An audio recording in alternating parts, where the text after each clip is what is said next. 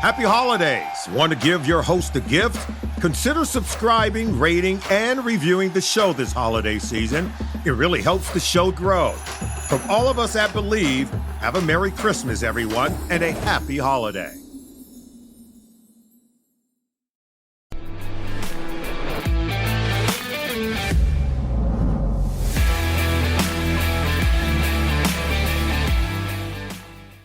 And what's going on, Los Angeles, Bruin Nation, LAFB fam, your dynamic duo, the Thriller and Madman, back together again for all of your UCLA basketball needs, and excited to be getting into it with the one and only, my brother, Will the Thrill Haymaker Decker. Thriller, before we jump into a very interesting conversation, obviously we have a lot to unpack. With this weekend's game, UCLA Gonzaga, in really a terrific venue in the Pacific Northwest in Seattle. Shades of, wanting the Supersonics to come back to the NBA was all over the telecast there. But before we jump into all of that, brother, how we doing? I'm fighting a little bit of a cold this weekend, but how was your weekend the last few days since we last spoke? It was good, man. It was good. Just watch some Sunday football with some friends out here on the west side of Los Angeles. I know some UCLA students will know where the nickel mine is at, so I was watching with some buddies over there. Just a great day. My 49ers got a win. Unfortunately, our Bruins did not this weekend, which we'll be able to dive into. But, hopefully we can get this UCLA team back on track because it's got the talent to get back on track at that. No doubt, brother. No doubt. But, before we dive into all things Bruins, man, Thriller, are the Niners like the quietest 10-4 team in football? Like, you just don't hear about them. You don't talk about them, which is so un-49ers. Like, obviously, the Rams are getting all the publicity, sitting at 11-3 and kind of the darling of the NFC right now. But the Niners are just one game back. This has sort of all the makings for, I think, an epic Rams-Niners playoff game. I think we're sort of headed that way, which would be so great for the NFC and so great for this sport. Yeah, it's really tough because I think if you had a healthy Warner and Boza, maybe even one of those dudes healthy, you're like, it's wide open this year. The Chiefs were just mathematically eliminated from playoff contention. Mahomes tore his ACL, which is it's really tough to see that. The Chiefs have taken 2 Super Bowls from me as a Niners fan, but you never wish anything bad upon any player, let alone the all-time greats. And Mahomes, I just hope he heals up, but yeah, I think that's why we are not being talked about as much, is because I think the job Saleh is doing on defense is very special at that, because he's doing it with a bunch of UFL no-name players out there. But got to give credit where it's due. I think the Rams are the favorites right now, and they deserve to be. And we'd be lucky to play them in the playoffs with everything on the line. So hopefully we get our shot. Yeah, no, it should be great, Thriller. There's nothing like that SoCal, NorCal, rivalry and Niners Rams. Just, there's so many ebbs and flows and chapters to that rivalry from the 80s onwards that, that would be very special for all of us at LAFB and for you personally as a fan and just, I think, the whole state. So let's see how that goes. But speaking of healing up, Thriller, I think our basketball team needs to heal up a little bit after this weekend's game. 82-72 loss to the Gonzaga Bulldogs, 8th-ranked Gonzaga Bulldogs. And Thriller, I thought, yet again, it was a valiant effort. But, the same thematic elements of this season rearing their ugly heads yet again. I thought the Bruins played outstanding in that first 10 minutes of the second half, particularly, when they came out down 45-40. Very uncharacteristically, Gonzaga 58% from the field in the first half, and were able to kind of score at will. Did not look like a Mick Cronin, defensive team. That 2-headed monster on the inside really had their way with the Bruins early. But then I thought Bruins did a great job. Daly, did a great job kind of preventing Ike from finding his spots. I thought Dent was fabulous in terms of help defense and getting things going on the other end. Bilodeau couldn't miss a shot. I mean, he was just it was a heat check situation there.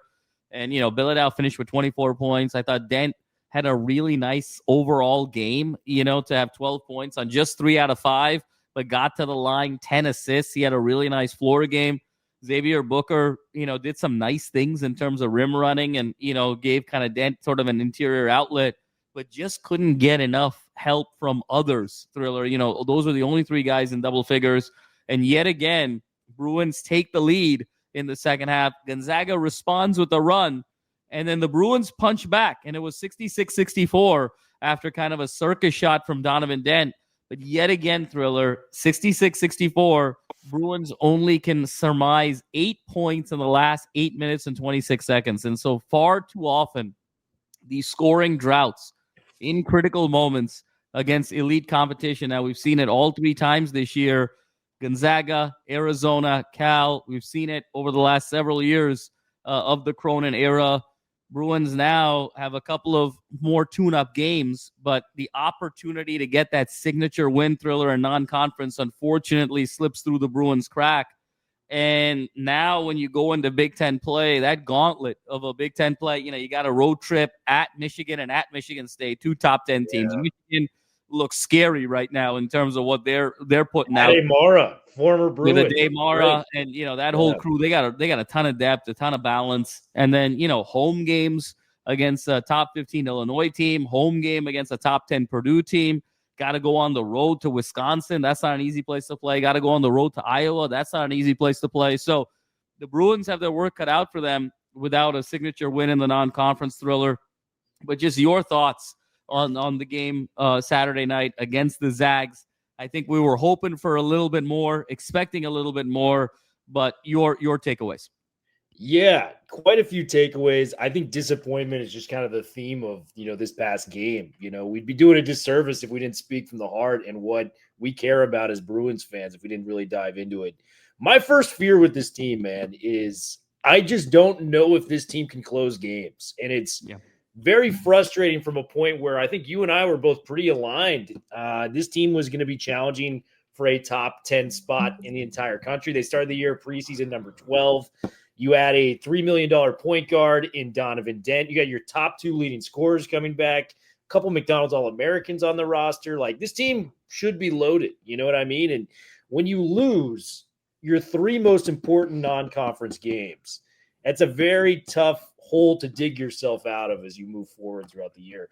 This is a tough thing to say, but is Mick Cronin the James Franklin of college basketball right now, where every big game, it feels like he can't figure out a way to get the job done, where it's more of like he wins the games he's supposed to win, but it's like perpetually 9-3 and stuff like that, where they'll lose to the Ohio States, the Michigans or the Indianas or whatever it may be, but they can't get over that hump. That's really what it's feeling like with Mick Cronin right now. And, Arizona, I give it to you. Like, that is one of the best teams on paper. I've seen, at least in the early parts of college basketball in recent memory. But Cal is such a winnable game. I know you didn't have Bilodeau, but, that one hurt because it's big brother, little brother. You got to, kind of stick it to the Golden Bears on that one. They're not known as a basketball school, at least since Jason Kidd has been there. So, like, give me a break. We needed to win that one. And then Gonzaga. That's kind of the team that's haunted you as a program with Mick specifically. When you look back at the, NCAA tournament stuff, Drew Timme and, the Jalen Suggs infamous shot, it just felt like we were surging. Like you mentioned, that 9-0 run in the second half, you feel the momentum shift to UCLA, and then it just dispersed so quickly. And, we were out-rebounded. They had 13 more free throws than we did. So outside of Dent kind of creating some plays, and I know he had 12 points and 10 assists, there was a lot he could have improved upon, in my opinion. I love Eric Daly. He's my favorite player on the team. He was kind of a no-show offensively. 6 points, 3 of 8 from the floor. I needed more from our guy, ED. And, Sky Clark is an outstanding player. Can he get me some free throws, man? Like, you are the second best ball handler on the team. Use that to your advantage. Go to the rack. I just thought it was discombobulated. The defense is what it is. I mean, you should not lose games, man, when you're shooting 47% from 3 as a team and 49% from the field. Do you know what I mean? Like, that, these were, really well shot from our Bruins. They just could not come away with it. You got to tip the cap to Ike and Huff. I mean, they combined for 46 big points. Ike, I mean, we talked about Timme being a guy that frustrated you. Some of these shots Ike hit in the paint where he's like fading away. He's got that kind of like sidewinder left-handed shot where it'll bank in or just drop. You're like, oh man, how did he hit that? He had like two guys draped all over him. Ike was frustrating to play against. And he's like that guy that it feels like Aaron Kraft at Ohio State, where it feels like he's been there for like 18 years. Yeah. You know what I mean? So Ike was frustrating. But yeah, it was one of the games we just slipped through our fingertips again. And it's a toughness thing for me now. Mick can have these, quotes after a game, like talk is only talk. We need to see results at this point. And I'll pivot back to you with this question. We came out that he signed a 5-year extension to stay with the UCLA Bruins. That kind of worried me a little bit, if I'm being honest with you, because UCLA basketball, man, when you think of the history of the sport and what this means to, people in Westwood, people that follow the program, Kareem, Bill Walton, Baron Davis, the 95 national championship team. I mean, even like Darren Collison, Jordan Farmar, like these type of guys. It hasn't felt that way in quite a few years now. And I think Mick's kind of on a downswing right now, especially with a roster that we felt could compete at the top. I'm a little disappointed in an extension that I did not feel was warranted as of now. What are your thoughts on that, Matt? Yeah, Thriller. I mean, so much there and so much to unpack. I'll start with the Cronin piece. I was very surprised to hear that. And, the one and only Ben Bolch breaking that and talking about a 5-year extension. And this was not announced earlier in the year because of just the larger landscape of what was going on in higher education and all the budget cuts and everything that was kind of happening at a national level. But having said that, even if, it was announced over the summer, the timing is just so odd, Thriller, because it's when you think about Cronin's career, it really is sort of 2 chapters, right? That first year was the COVID year. That got cut short. Then he had a 3-year period where it was first 4 to Final 4 in 21. That darling team that literally lit up the city during COVID, and that was a special year. Yeah. And then Jazang and Jaquez run it back in 22. There were some questionable rotations with Cronin at that time. A little bit of a mismanagement of the roster, in my opinion. Lost to that really good North Carolina team. That had a bunch of NBA guys, and in the Sweet 16, you felt like they underachieved a bit, but no shame in losing to a North Carolina team that went ultimately to the Final Four and to essentially the championship game. And then you come back in 23, and then the 23 team was that team I've always said they were going to go toe to toe with UConn, and losing Clark and Bona, that was crushing.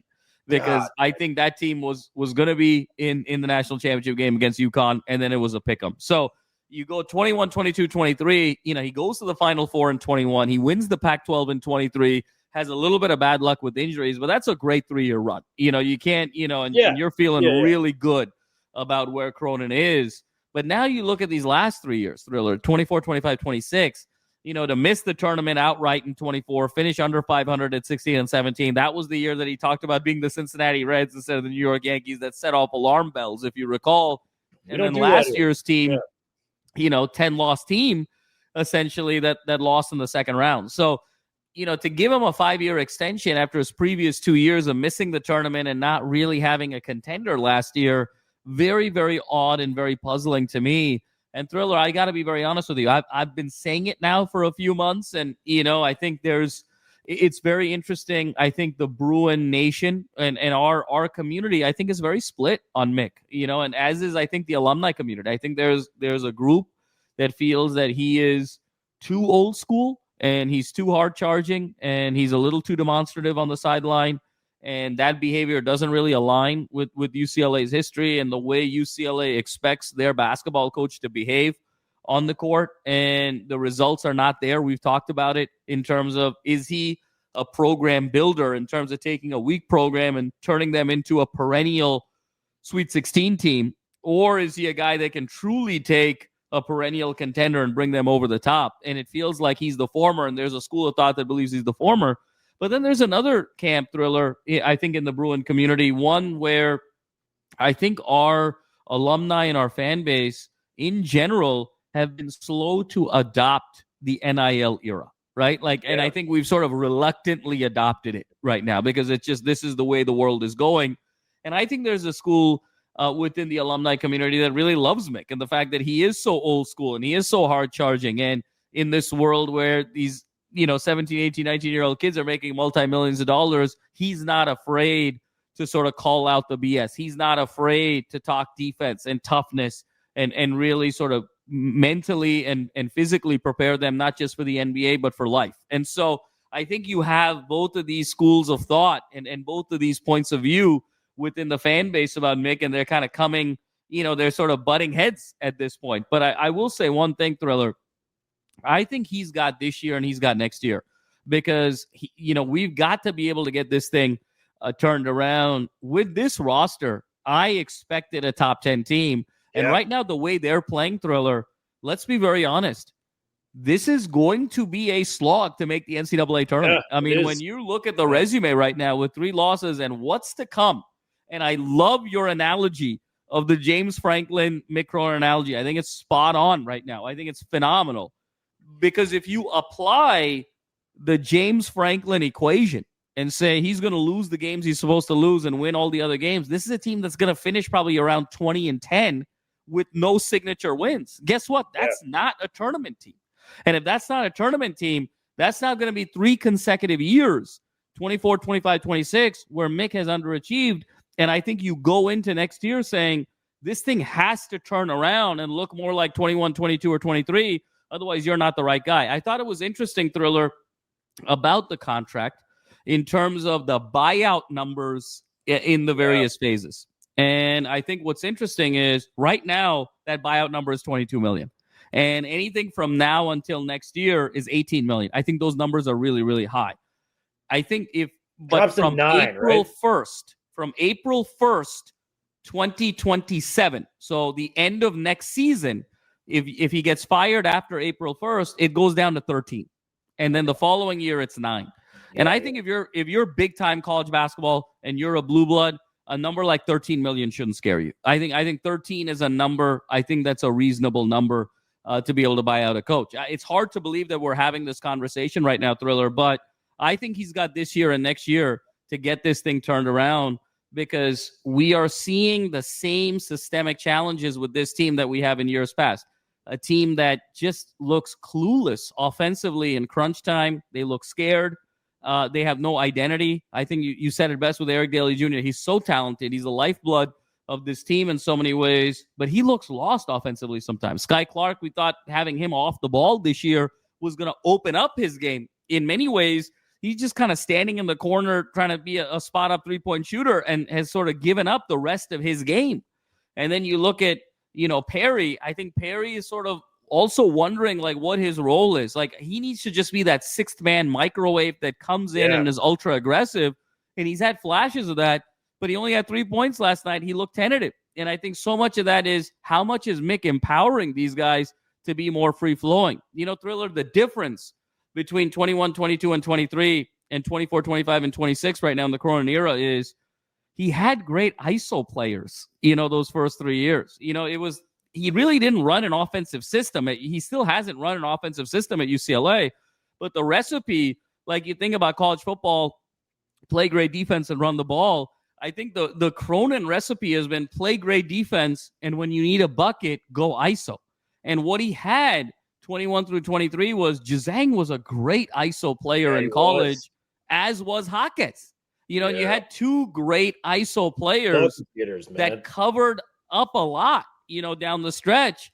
And you just don't have that these last 3 years. You just don't have an ISO player of that caliber. And that's what you're seeing. That's why this offense is stalling out short of any offensive system. So, Thriller, we knew Ike and Huff were going to be a handful. I love what you said about Ike. He reminds me of Zebo, actually, Randolph. Yeah, that left hand, that old school, sidewinder, got a lot of skill, that sidewinder, at the park, a guy who just doesn't look like he's a basketball player, but he's unguardable at the park. Ike's got that element to him. He's a super athletic guy, so don't get me wrong there, but just, that Zebo element. We knew they were going to be a handful in the paint, but, what kills me, Thriller, is this was probably the weakest backcourt that Gonzaga has had in the better part of a decade under Mark Few. Yeah. And, with the kind of guys that you have in Dent and Clark as your lead guards, you should have been able to exploit that at will. And the fact we weren't able to do it, like Gonzaga is a good team, but the difference between Gonzaga and Arizona and Michigan and Duke is the backcourt play. Like, I don't expect Gonzaga to go beyond the Sweet 16 because they just don't have, a Final Four level backcourt. Yeah. This is a good team. This is not a great team. And I thought we could go in there and win this game, and I was disappointed. So, Thriller, those are my thoughts. I think Cronin this year and next year, we got to see it. Otherwise, we're going to really need to have a conversation about what the future of UCLA basketball is, because we are a blue blood, and we need to hold this program to those standards. Drinking and driving is a decision that will change your whole world. Things will never be the same once you get a DUI, because legal fees and time in court are just the beginning. Getting into a crash is another way your world could be irreversibly changed after drinking and driving. Your vehicle may not be the only thing that gets damaged in that crash. You could face a life-altering injury or even death. But you're not the only one who could face those consequences. Your decision to drink and drive could permanently change someone else's world, whether you injure them or leave their loved ones grieving. The next time you're out drinking, call a rideshare, a taxi, a sober friend, or a designated sober driver.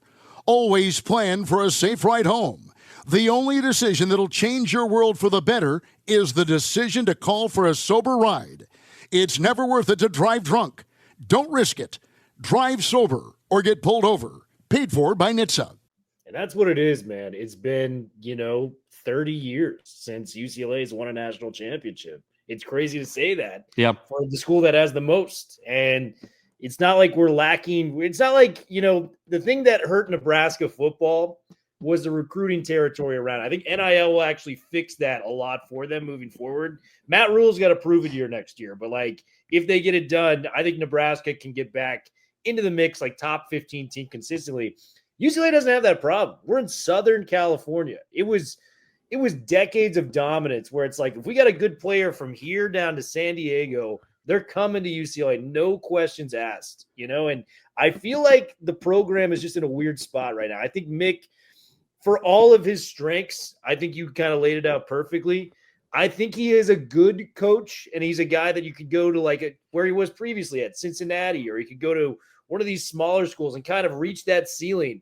But Blue Bloods is a total different set of expectations, and we got to get back to those expectations at UCLA moving forward. So that's kind of my big takeaway. I thought it was a premature contract signing, if I'm being honest with you.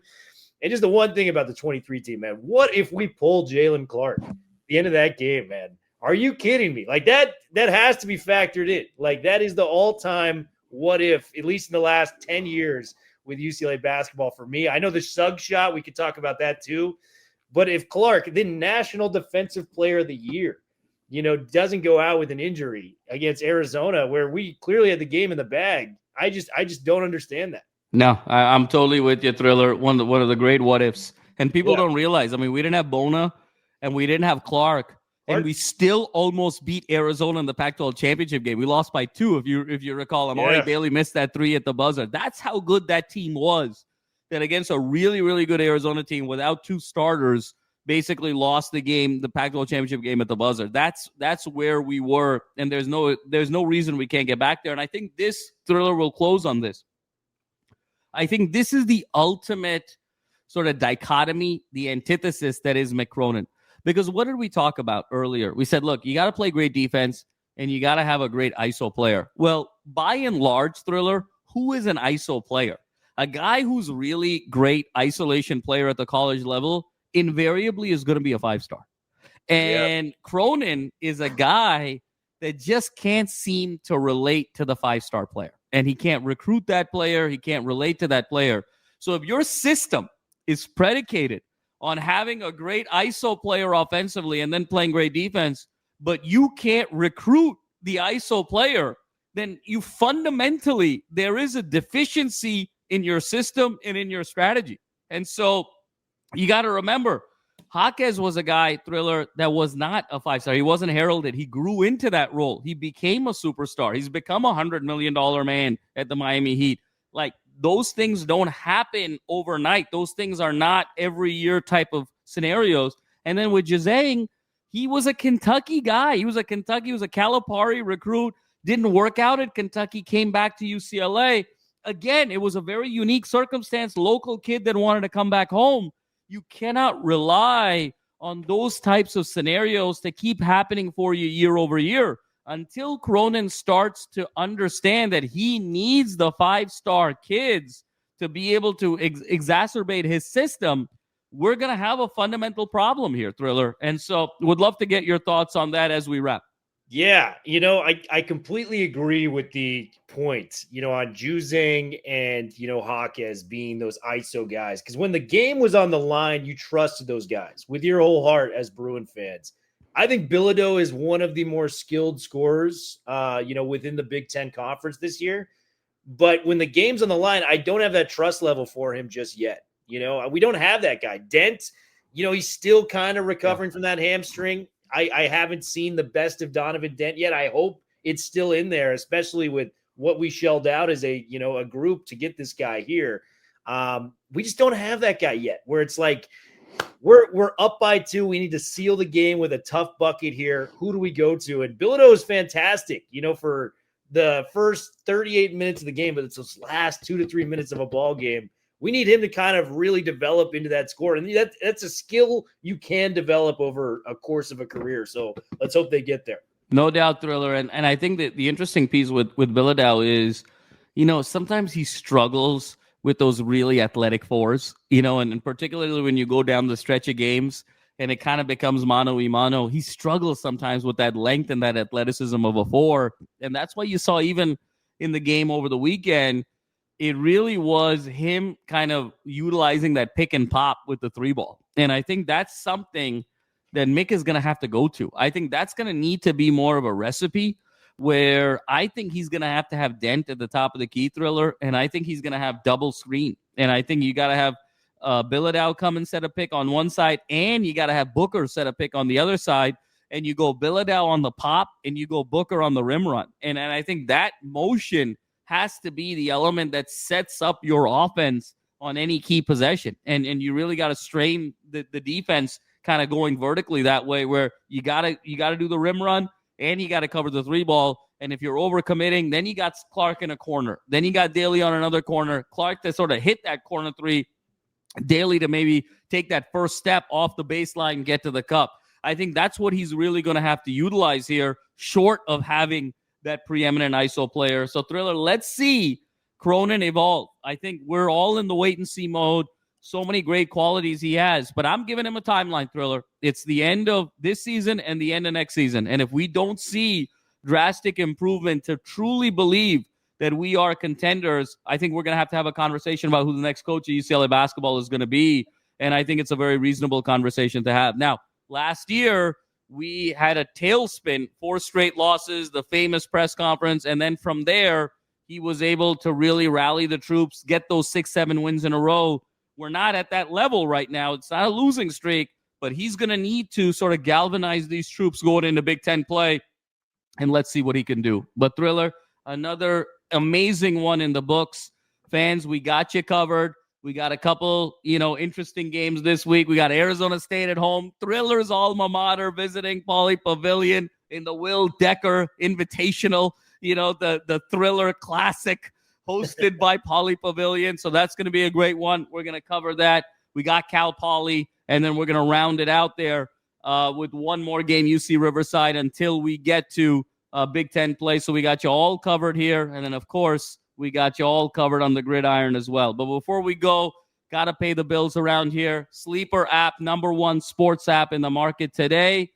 Download this app with the promo code UCLA LAFB. Get $100 off. Match bonus. 100 becomes 200. And you can do all kinds of interesting things with live chat, immersive statistics, really a full one-stop shop experience. Download the #1 sports app on the market today, the Sleeper app, and tell them the guys from the LAFB network sent you. Use that promo code UCLA LAFB. Well, fans, another one in the books. We're going to get out of here. We got another great episode coming up with Wayne to talk all things Chesney era, so stay tuned for that as well. And better times ahead for this basketball team. We got 3 more games now, 3 more tune-ups until we get into Big Ten play. And in the meantime, be loud, be proud, be passionate, Bruins. And like we always say, 4's up forever, baby.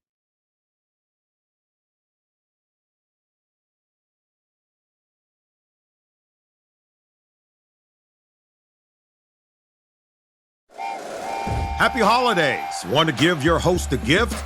Consider subscribing, rating, and reviewing the show this holiday season. It really helps the show grow. From all of us at Believe, have a Merry Christmas, everyone, and a happy holiday. If you like the show, please take a moment to rate, review, and subscribe. It really does help the show to grow. Thank you for listening.